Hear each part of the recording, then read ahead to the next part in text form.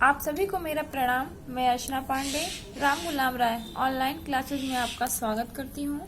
आज का मेरा टॉपिक है ससर वाचन।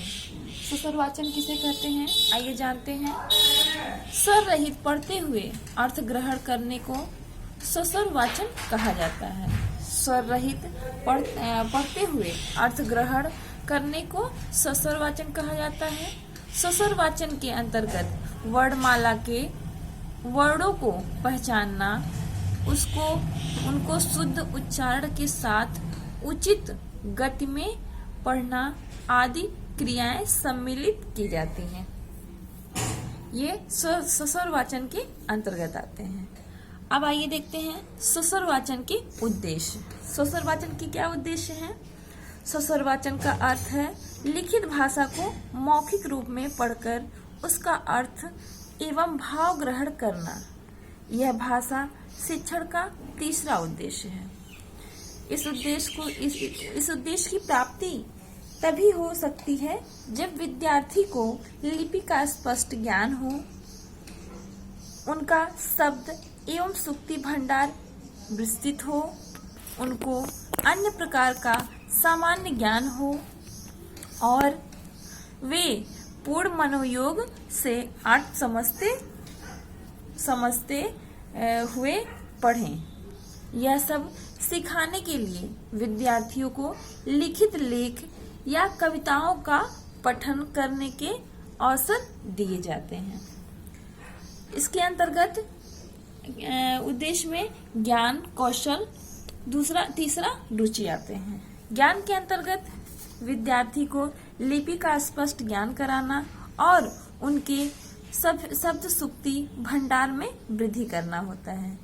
विद्यार्थियों को रचना का ज्ञान कराना, शब्द रचना का ज्ञान कराना और विभिन्न लेख शैलियों से परिचित कराना होता है। अगला है विद्यार्थियों को भाव, मानव जीवन के विभिन्न पहलुओं का सामान्य ज्ञान होना चाहिए। दूसरा था कौशल।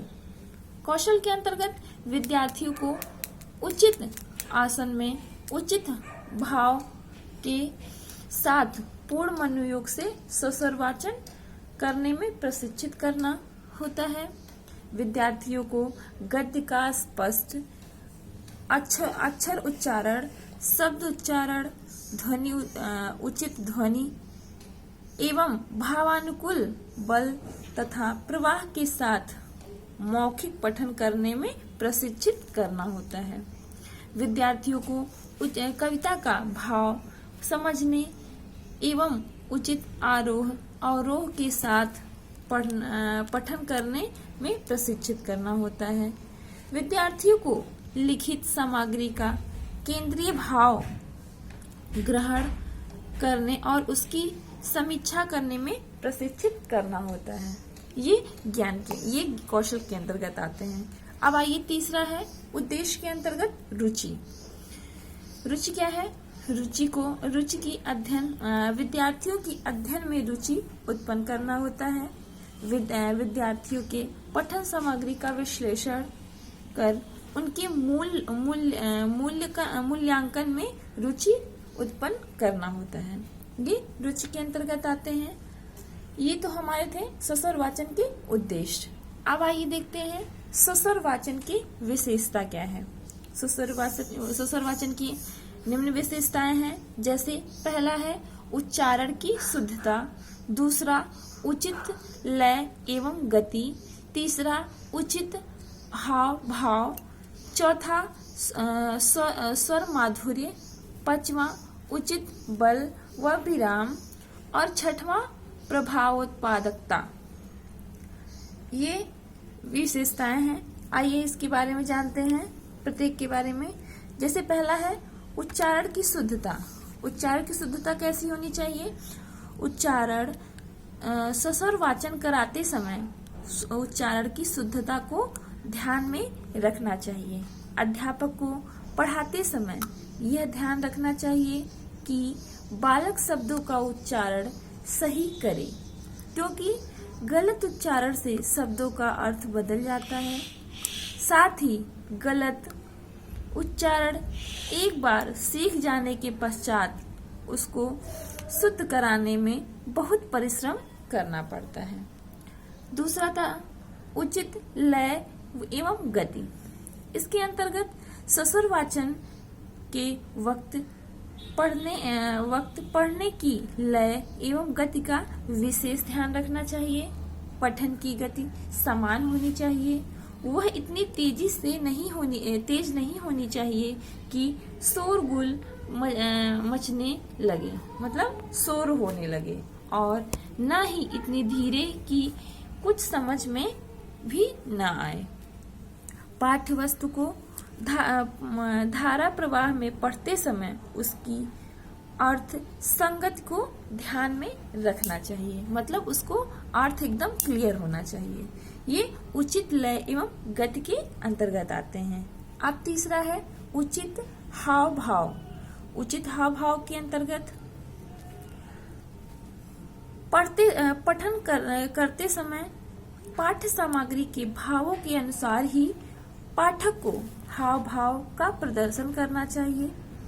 प्रेम, क्रोध, वीरता, करुणा के अनुसार ही पाठक के हाव भाव परिवर्तित होने चाहिए। ये उचित हाव भाव के अंतर्गत आते हैं। अब चौथा है स्वर माधुर्य। स्वर माधुर्य क्या है? पढ़ते समय पाठक की वाणी में मधुरता होनी चाहिए। पढ़ते समय पाठक की वाणी में मधुरता होनी चाहिए। भावों एवं विचारों के अनुसार ही उतार चढ़ाव के अनुसार के साथ मधुर वाणी में पढ़ना चाहिए। उसका प्रत्येक वर्ड स्पष्ट होना चाहिए। उसका प्रत्येक वर्ड स्पष्ट होना चाहिए। ये स्वर माधुर्य के अंतर्गत आते हैं। अब पांचवा है उचित बल व विराम। स्वर वाचन के समय पाठक को पाठ्य वस्तु के हाव भाव के अनुसार उचित स्वराघात एवं बलाघात का प्रयोग करना चाहिए। पढ़ते समय विराम चिन्हों के प्रयोग का भी ध्यान रखना चाहिए, क्योंकि विराम चिन्हों के गलत प्रयोग से वाक्यों का अर्थ उचित रूप में ग्रहण नहीं किया जा सकता है। ये उचित बल व विराम के अंतर्गत आते हैं। अब छठवां है प्रभावोक्ता। प्रभावोक्ता क्या है? ससुर वाचन एक कला है जिसे केवल अभ्यास के द्वारा ही प्राप्त किया जा सकता है। ससुर वाचन एक कला है जिसे केवल अभ्यास के द्वारा ही प्राप्त किया जा सकता है। कोई विषय वस्तु तभी प्रभावशाली होती है जब उसे उचित धारा प्रवाह में पढ़ा जाए। उचित धारा प्रवाह में किया गया ससुर पाठ श्रोताओं को मंत्रमुग्ध कर देता है। ये प्रभावोक्ता के अंतर्गत आते हैं। अब आइए ससुर वाचन के तत्व। ससुर वाचन के कितने तत्व हैं? ससुर वाचन के अनेक प्रकार के तत्व हैं। जैसे पहला है उचित पठन, आसन एवं मुद्रा। दूसरा है स्पष्ट अक्षर उच्चारण। तीसरा है शुद्ध उच्चारण, शब्द उच्चारण। चौथा बल और पांचवा धैर्य। आइए प्रतीक के बारे में जानते हैं। जैसे उचित पठन, आसन एवं मुद्रा। इसके अंतर्गत ससुर पठन करते समय सबसे पहली आवश्यकता है उचित ढंग से बैठना अथवा खड़े होना, जिससे थकान न हो। पठनकर्ता का ध्यान पाठ्य सामग्री में केंद्रित रहे। यदि बैठकर पठन किया जाए तो कुर्सी इस प्रकार बैठना चाहिए कि रीढ़ की हड्डी सीधी रहे और पैर 90 डिग्री का कोण बनाते हुए लटके रहे। ये उचित आसन मुद्रा के अंतर्गत आते हैं।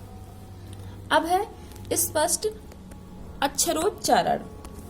शब्द की इकाई अक्षर होते हैं। यदि शब्दोच्चारण में प्रत्येक अक्षर का स्पष्ट उच्चारण नहीं होता तो शब्द का उच्चारण नहीं किया जा सकता।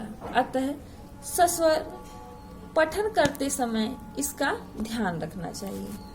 अगला है शुद्ध शब्दोच्चारण। शुद्ध शब्दोच्चारण के अंतर्गत शब्दों के शुद्ध उच्चारण पर ही अर्थ की प्रकृति, शुद्ध लेखन दोनों निर्भर करते हैं। अतः पठनकर्ता को सदैव शुद्ध उच्चारण के साथ पठन करना चाहिए, अन्यथा संपूर्ण के स्थान पर अंश के भाव की प्राप्ति का भय सदैव बना रहता है। अब है अगला बल। बल के अंतर्गत पठन करते समय आवश्यक शब्दों पर बल देना भी आवश्यक होता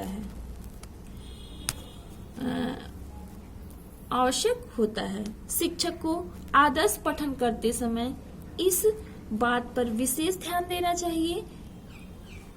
शब्दों पर बल देने से वाक्यों के अर्थ में अंतर आ जाता है। अब लास्ट है धैर्य। धैर्य क्या है? धैर्य के अंतर्गत धैर्य भी पठन का आवश्यक अंग है। धैर्य भी पठन का आवश्यक अंग है।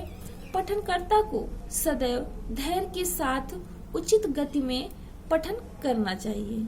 पठनकर्ता को सदैव धैर्य के साथ उचित गति में पठन करना चाहिए। बहुत अधिक गति अथवा धीमी गति से पठन करने में अर्थ की प्राप्ति में बाधा पड़ती है। बहुत अधिक गति अथवा धीमी गति से पठन करने में अर्थ की प्राप्ति में गति में बाधा पड़ती है। तो ये सस्वर वाचन के अंतर्गत आते हैं धैर्य। आइए हमने क्या पढ़ा है आज? सस्वर वाचन किसे कहते हैं, सस्वर वाचन के उद्देश्य क्या है, सस्वर वाचन की विशेषताएं कौन कौन सी हैं और सस्वर वाचन के तत्व कौन कौन से हैं। यही समाप्त होता है मेरा वीडियो आज का। सस्वर वाचन